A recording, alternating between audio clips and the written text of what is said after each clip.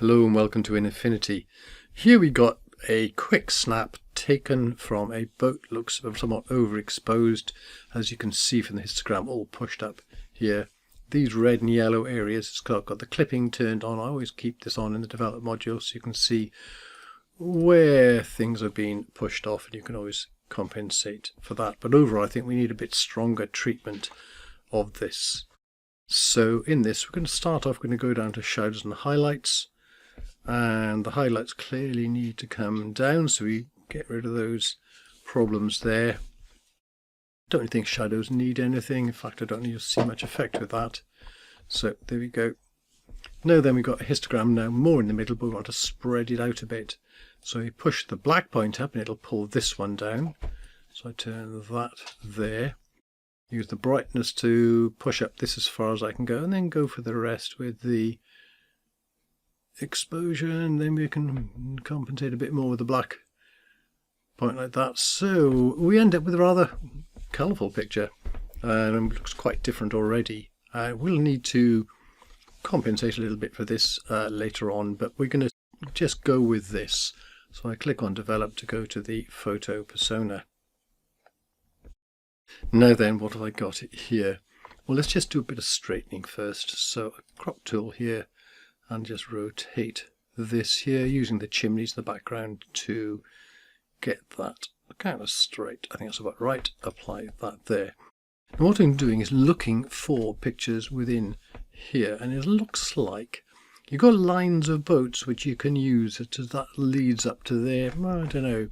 But I got two lines here which kind of point up towards this and mimic this triangle up here. So I think I got something going on here. But I got some boats in here which I want to get rid of. So I'll start off with that. I can do this directly on here, but what I'll do is I'll put an extra pixel layer in there. So I'm doing the corrections there, so I can always go back and change it. So I want to take out these three boats and some of these boys as well, because they're just annoying. So we'll go to the in-painting tool. Make sure I've got current layer and below set. And then I'll just paint over these here and see if that'll get rid of that. Yeah, there we go. And then I can go over these, see how it'll cope with all this. Tricky here because as I do this, it's getting rather close to this bigger ship on the left. See whether it'll manage to avoid it. Yeah, there we go. That's good. Any odd bits we can sort of like pick off. And then you go around kind of spotting, just clicking on them. It'll catch up when it's ready.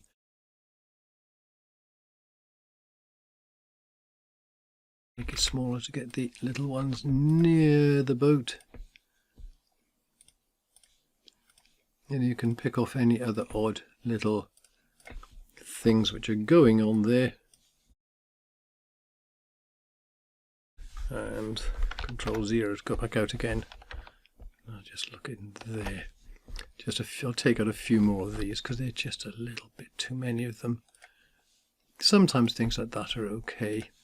Zooming out's always good as well because it gives you a full picture. You can see whether you've got any sort of funny looking bits in it.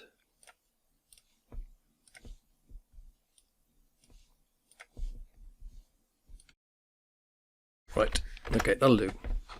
So now I want to crop in for this picture, so I get the crop tool and I'm going to come over roughly here for this, come in a bit to so I don't get those things lost there, and bring this down here, and that center is probably good for that center is over the taller chimney there. So maybe I'll stretch this a little bit sideways. The aspect ratio is also a little bit tidier like that. Bring this up to give a little bit of space under the boat, but I don't need much there. So let's apply that. Okay, that's kind of looking better. Bit on the bright side, don't worry about that, we'll fix it. See if there's actually some white balance to do. So I'm going to go adjustments here and go to the white balance.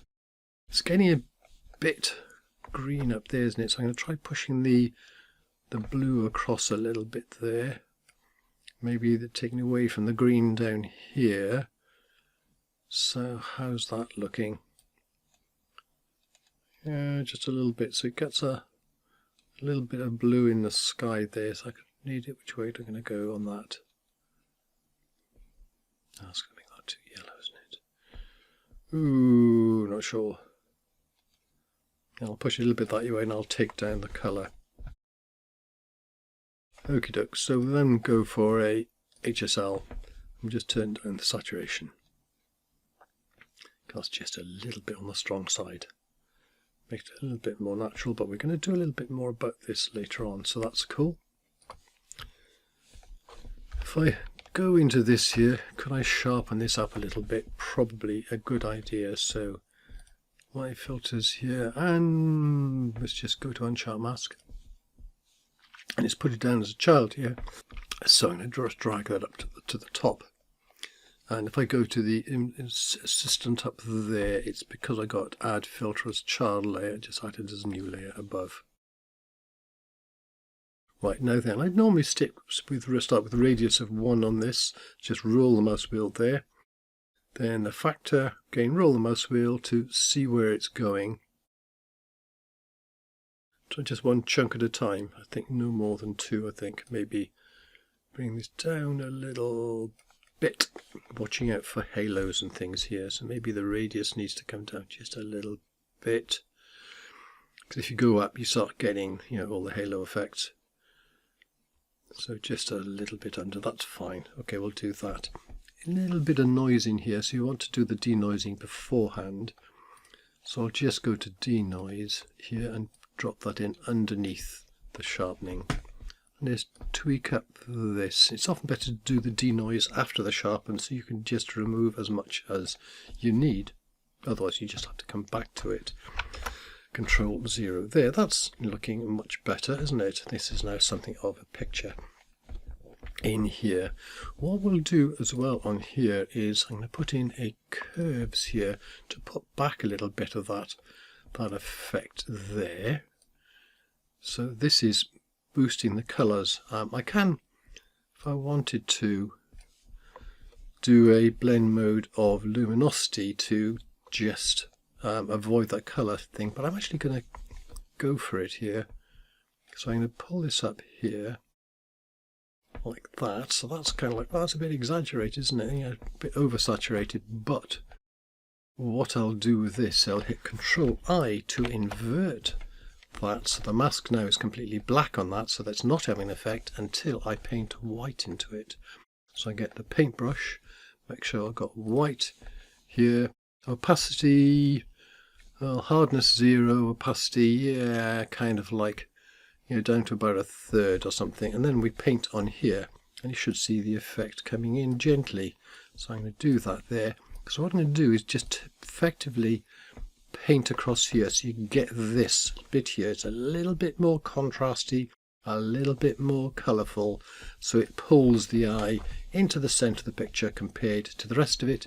If you're going a little bit too much, then you can turn down the opacity as well there of the overall effect, but you're still getting that thing there. So that's kind of before and after, just that little bit of subtle extra there. And one last thing I'll do here, I'll just go to a vignette, and with the vignette what I'll do is I'll turn it down so you can see where it is, change the shape to be more, you know, the aspect ratio, it fits, move it out a bit more because I'm just going to nick the corners with this, turn down the hardness to soften this a bit more, which means I got to scale it back out again there.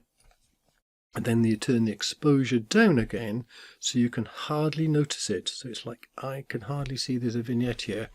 But if I turn it on and off here, you can see there is an effect in the corners there, just holding it in gently. And there we go. There is our picture. Hope that was good, and thank you very much for watching.